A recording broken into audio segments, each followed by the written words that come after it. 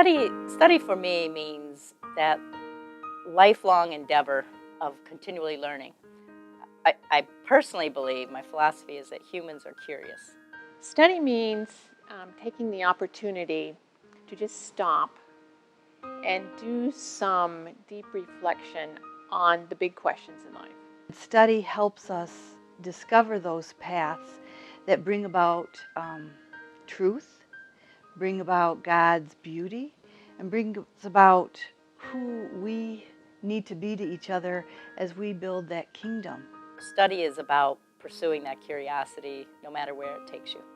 Study is just so very critical to being a Dominican, to being a good preacher of the Word. And by preacher, not just from a pulpit, but how we preach with our lives. Study also helps with really exploring the depths of reality from a lot of different perspectives. Study can take a lot of different forms.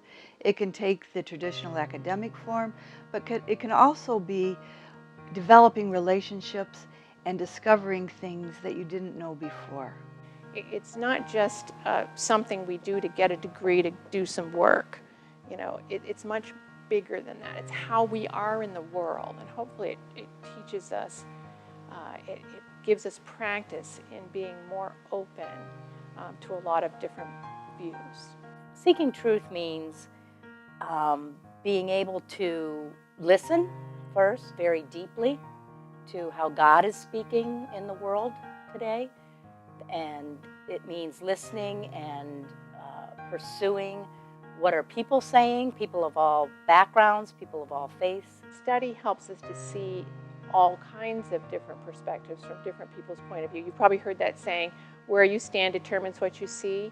Well, study helps us to stand in a lot of different places and to hear a diversity of voices.